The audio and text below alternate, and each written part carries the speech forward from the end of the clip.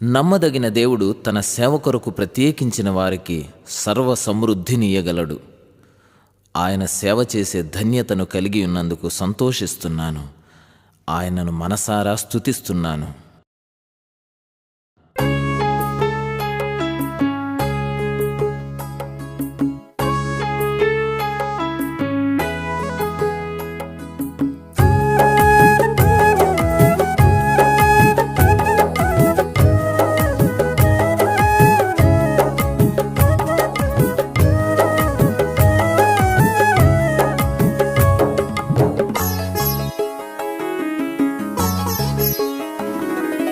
సేవకుడా, నీ భాగ్యమెంత గొప్పది.